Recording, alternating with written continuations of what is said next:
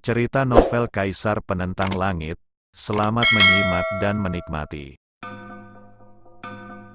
Bab 3006, Sun Shizu menyimpan beberapa rahasia. Lin Yan sangat penasaran akan hal ini. Pada saat ini, kecepatan Lin Yan sedikit meningkat. Jimat Tiangen membuka jalan, dan jalan menuju keselamatan terbentang di bawah kaki Lin Yan. Lingkungan di sekitarnya dipenuhi dengan niat membunuh, dan banyak mayat melahap mayat lainnya, mengejutkan semua orang. Namun, tak satu pun dari mereka yang mendekati Lin Yan. Dalam cahaya redup, mayat-mayat itu tampak tak menyadari kehadiran Lin Yan. Pemandangan ini justru membuat Yao Tiandi dan Liu Tiandi semakin takjub pada Lin Yan. Dengan ini, tanah mayat akhirnya telah rampung. 10.000 mil penuh. Berapa banyak mayat yang pasti telah berada di jalan ini? Selama berabad-abad, makhluk kuat yang tak terhitung jumlahnya telah binasa di sini. Melangkah 100.000 mil lebih dalam, seseorang dapat menemukan gerbang domain dan memadatkan aura dan tubuh tanah terlarang. Namun, bahkan makhluk yang lebih kuat pun tewas dalam perjalanan 90.000 mil ini. Mereka bahkan belum pernah melihat gerbang domain 10.000 mil seumur hidup mereka. Saat mereka keluar dari tempat ini, ekspresi Lin Yan, Yao Tiandi, dan Liu Tiandi membeku.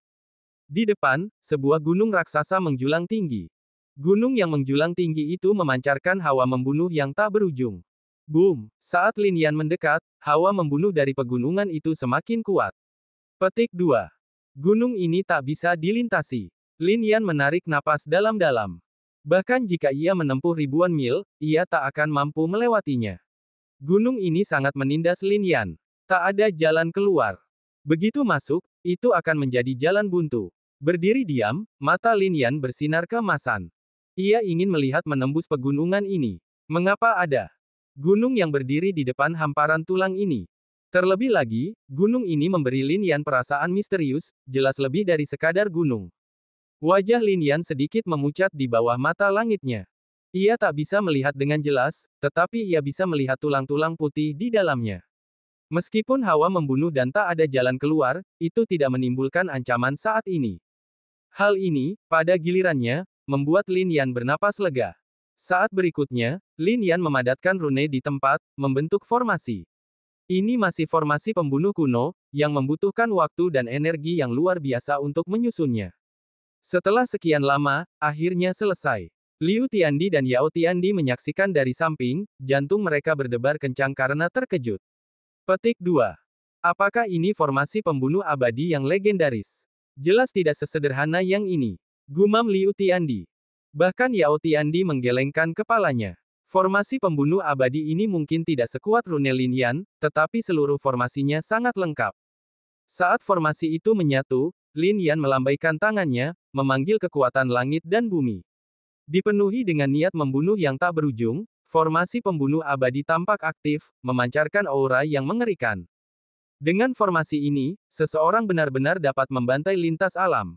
Namun, ini belum cukup. Lin Yan merasa bahwa Sun Shizu telah menyimpan rahasia di sepanjang jalan. Namun, melihat sosok di depan, Lin Yan akhirnya merasa yakin. Yao Tiandi dan Liu Tiandi mungkin tidak melihat sosok itu, tetapi dengan mata dewanya, Lin Yan dapat melihatnya dengan jelas, itu adalah kultivator yang namanya terukir di prasasti batu, sekte pembunuh darah. Saat itu, ia berdiri gagah di pegunungan di depan, tetapi pepohonan yang mati di pegunungan mengaburkan sosoknya. Wus! Dan saat itu, sesosok muncul. Rambut Sun Shizu berantakan, dan ekspresinya sangat serius. Ia tampak kelelahan, tubuhnya berlumuran darah. Di belakangnya, seekor naga raksasa muncul, sisiknya menyusut dan berlumuran darah. Namun dibandingkan dengan Sun Shizu, kondisinya lebih baik, karena sebuah rune misterius berkelebat di sekujur tubuhnya. Krak! Pada titik ini, rune itu hancur berkeping-keping. Petik 2. Sun Shizu, kau benar-benar menginjak mayat klan binatang purbaku dan melarikan diri sendirian. Qiong Ye berbicara, cahaya keemasan berkilauan di sekelilingnya. Aura naga purba itu terpancar, pemandangan yang mengejutkan. Yao Tiandi dan Liu Tiandi menatap tajam naga emas raksasa itu, mata mereka berkedip-kedip. Naga-naga purba itu benar-benar ras abadi, darah mereka mengalir begitu luar biasa. Darah Qiong Ye, misalnya, berwarna emas. Setetes darah, di dunia luar, sudah cukup untuk membuat banyak faksi berebut. Petik 2. Kau seharusnya sangat berterima kasih kepadaku karena telah membawamu ke sini. Apa kau benar-benar berpikir kau bisa berjalan 100.000 mil untuk menemukan gerbang domain? Sun Shizu berbicara dengan senyum dingin. Petik 2. Kau pantas mati, raung Qiongye. Negeri mayat kini benar-benar sunyi. Sun Shizu telah memaksa semua anggota suku binatang kuno yang perkasa untuk melepaskan garis keturunan mereka untuk melawannya, sementara Sun Shizu sendiri sedang menghemat kekuatannya. Beginilah caranya ia melintasi jalan mayat 10.000 mil. Sun Shizu telah menghabiskan harta dan kekuatan para anggota suku binatang kuno yang perkasa ini. Di antara mereka, tetua suku binatang kuno, seorang kaisar surgawi puncak, yang memegang senjata semi-reinkarnasi, kini telah musnah di dalamnya. Keanehan tempat ini tak terbayangkan. Adapun Kong An dan yang lainnya, mereka semua juga telah mati. Pada akhirnya, hanya Sun Shizu, Qian Yang Feng Qianling, dan seorang anggota suku binatang kuno yang kuat yang tersisa. Namun, ketika mereka hanya 100 mil jauhnya dari tanah mayat, sesosok mayat yang kuat muncul. Sun Shizu praktis menginjak tubuh mayat itu untuk meninggalkan negeri itu.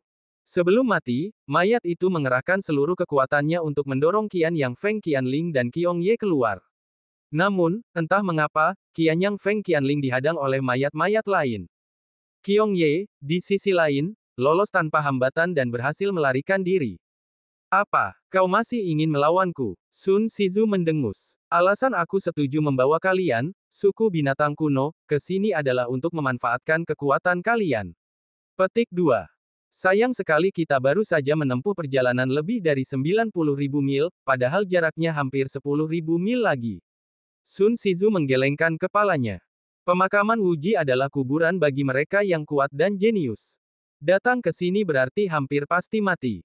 Sun Shizu pasti akan kesulitan melakukan perjalanan sendirian. Sekarang dengan Lin Yan dan suku binatang kuno, ia akhirnya berhasil sampai sejauh ini. Qiongye sangat marah. Namun, tenaganya hampir habis, dan kekuatannya hampir tidak sebanding dengan Sun Shizu. Saat itu, tatapannya beralih ke Lin Yan. Ia sangat terkesan dengan rune yang berkilauan di dahi Lin Yan. Hal ini mengejutkan Qiongye. Dia juga memiliki rune yang serupa, dan rune inilah yang mencegah mayat-mayat menyerangnya di sepanjang jalan. Bahkan mayat-mayat yang menghalangi jalan Qian Yang Feng Qianling pun tidak menghentikannya. Apakah Lin Yan yang menyelamatkannya? Saat ini, Qiongye juga bersyukur. Sekarang kau seharusnya sudah menghabiskan hampir semua harta dan kekuatan, kan? Saat ini, Lin Yan menatap Sun Shizu. Memang banyak yang telah dikonsumsi, tetapi masih ada beberapa. Mengapa kau ingin menyerangku? Sayangnya, bahkan kau tidak memenuhi syarat.